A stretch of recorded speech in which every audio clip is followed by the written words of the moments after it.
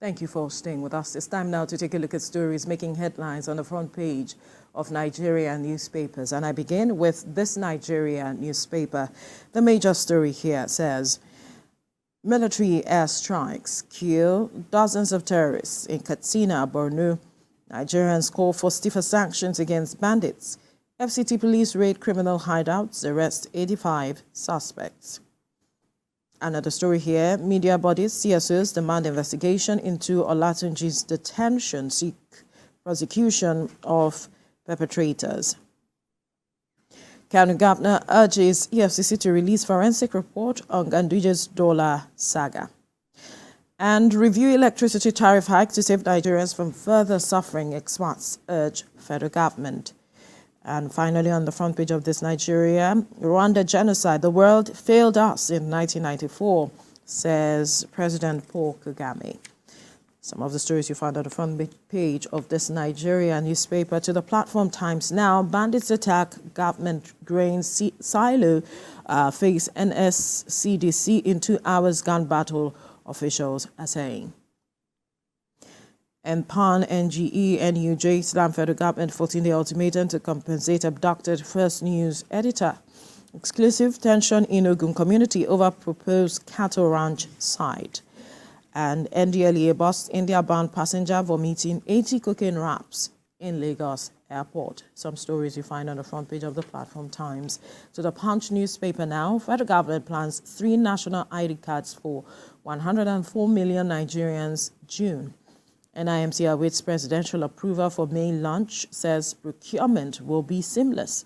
Nigerians to get different e-cards for banking, social intervention, ECOWAS activities. That's what they are saying.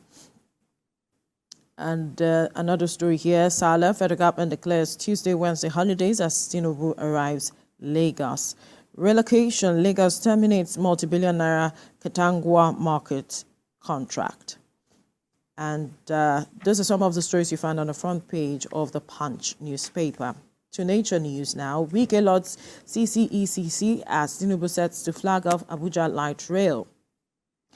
And 650 palm oil producers trained in sustainable practices across Nigeria. Sasakawa trains Nasarawa rice farmers on briquette production. Those are some of the stories you find on the front page of the Nature News. To the First News newspaper, Labour Party boils as NLC moves to sack Aburi today. That'll be an interesting one. Labour stakeholders to set up caretaker committee to take over party affairs. Proposed NLC stakeholders meeting. A jamboree, illegal, outcome, a nullity, Aburi is already saying. As P2B replies, NLC denies plans to defect to the Social Democratic Party.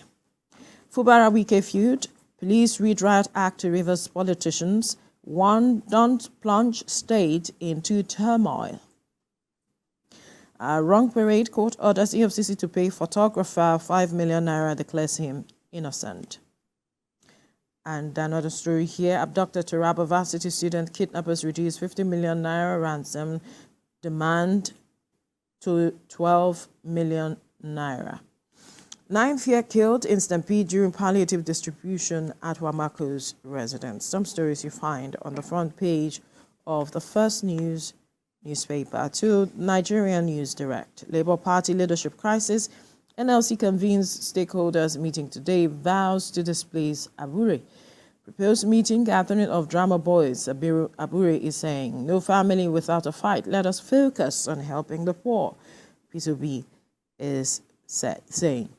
Abducted journalists, media bodies demand prosecution of military personnel, threaten legal action. Ogun to pay 3.5 billion naira to 150,000 beneficiaries in EduCash scheme for students. 19 dead in clash with bandits in Kogi State. Some of the stories you find on the front page of the Nigerian News Direct. To the Daily Times now, anti-party activities, PDP in dilemma over Wike others. This upcoming NEC is a make-or-ma meeting for the party, Shegun Showme is quoted as saying. I am not quitting Labour Party, Obi replies NLC. Lagos-Calabar Highway Project, another of Tinubu's shady deals, Atiku is quoted to have said. Those are some of the stories you find on the front page of the Daily Times. To the Nation newspaper, battle for party leadership, IU keeps PDP in suspense. And the writer here says the Raki won't run for party chair. And kidnapped Kingpin Wadume freed from prison. Labour Party rejects NLC-backed truce talks. Obi no plan to quit party. Ladoja order Olubadan in council members in reconciliation move. One army officer killed, 4 others injured in ambush. And to the New Telegraph now, tariff hike. Electricity workers threaten to withdraw services, say increment will further add to economic hardship, call for Nigerians' support. Appointments mixed fortunes for Tinubu's campaigners. Judiciary has lost direction, CSO tells CJN. And a study here says exercising regularly will enhance better sleep. Some of the stories you find on the front page of the New Telegraph. Ibrahim. Yeah, the first with me here is the West. Prioritize independent power generation now. Experts charge Southwest governors amid electricity tariff hike.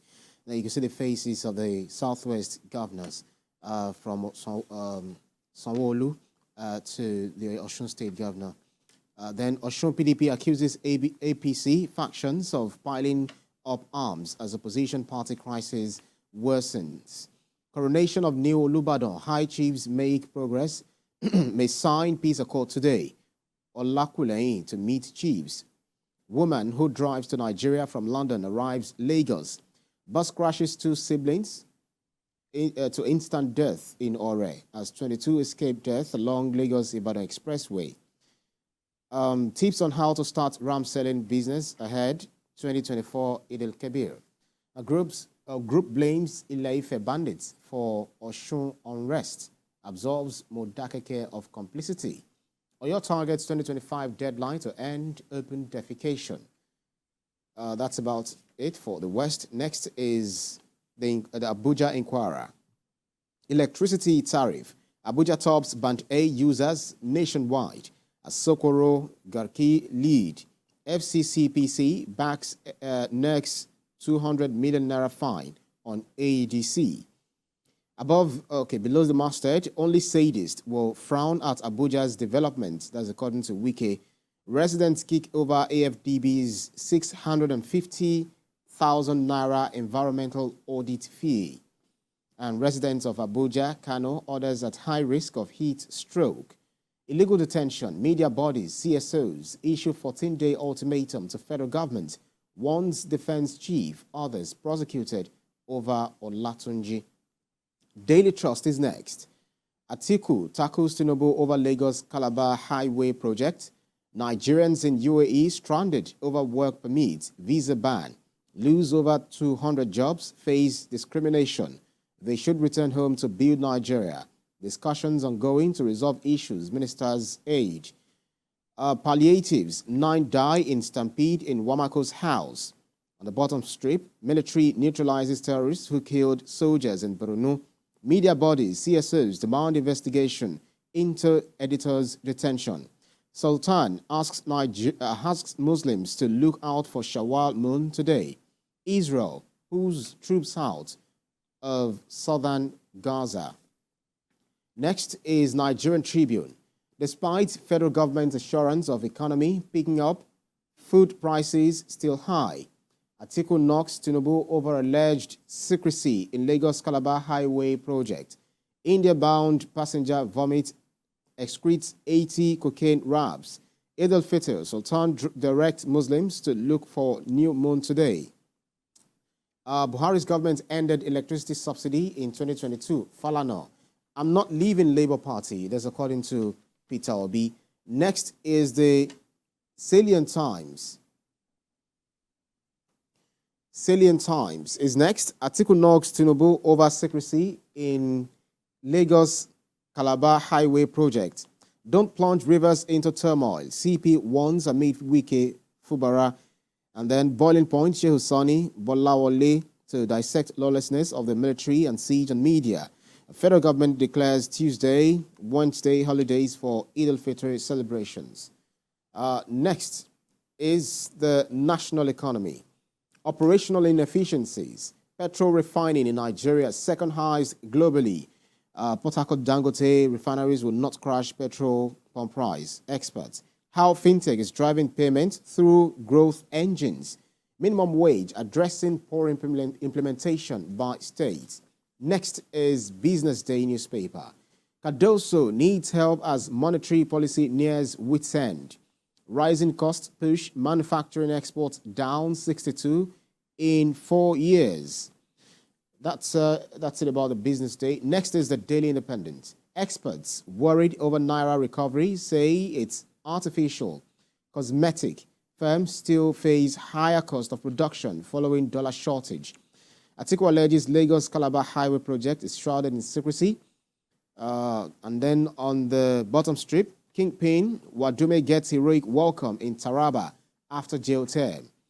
The Guardian newspaper is next. Road to 500 billion Naira recapitalization. Bank owners lobby seek adjustment in share capital composition. Naira's defense, debt servicing gulp 1.4 trillion Naira as foreign reserves dip. And then I'm focused on fixing Nigeria's problems, not Labour Party's internal crisis, says Obi. Next is the Leadership newspaper. Media bodies, CSOs demand probe of Olatunji's detention. Fresh concerns as cotton industry remains comatose.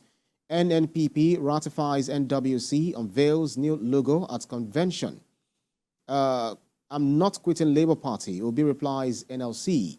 Above the masthead, we've got Salah. Federal government declares Tuesday, Wednesday public holidays. Eid al-Fitr, Sultan asks Muslims to look out for new moon. 54 listed companies fail to pay dividends in 5 years. Last but not least is the Nation Sport Alive. Monza 2-4 Napoli. Osimhen scores stunning header. Juventus interested in Boniface Zirkzee. Barcelona wants Ndidi. Jorginho on free transfers. Pesero shortlisted for Indomitable Lions job. Devils deal major blow to Reds title. Hopes Salah snatches point for Anfield side. That's about it for the newspapers up for review this morning. One thing I found quite interesting is the Kingpin Wadume getting heroic welcome, in Taraba State after jail term. What do we call that? Stockholm syndrome? Perhaps. There'll always be those persons who know him, who support him, even though they may not really know what he does for a living. But then, he's a philanthropist. So, of course, they will always want to support such persons if they do not know the real details of what goes on behind the scene. But then, it's unfortunate. We see Nigerians speaking about this matter, even over social media and even radio this morning, talking about how they are wondering why he's getting such a heroic welcome and all of it. But another story that is making the headlines this morning is still the matter of the electricity tariff hike, where electricity workers are threatening to withdraw their services, and Nigerians of all kinds talking about how this increment will cause hardship and all of it.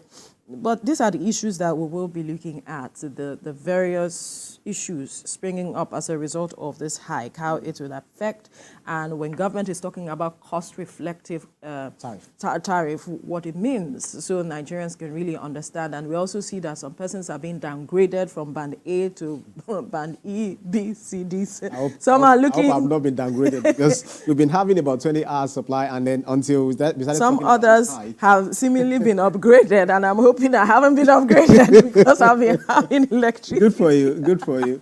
You have to pay through your nose because we need electricity supply. Importantly. All right.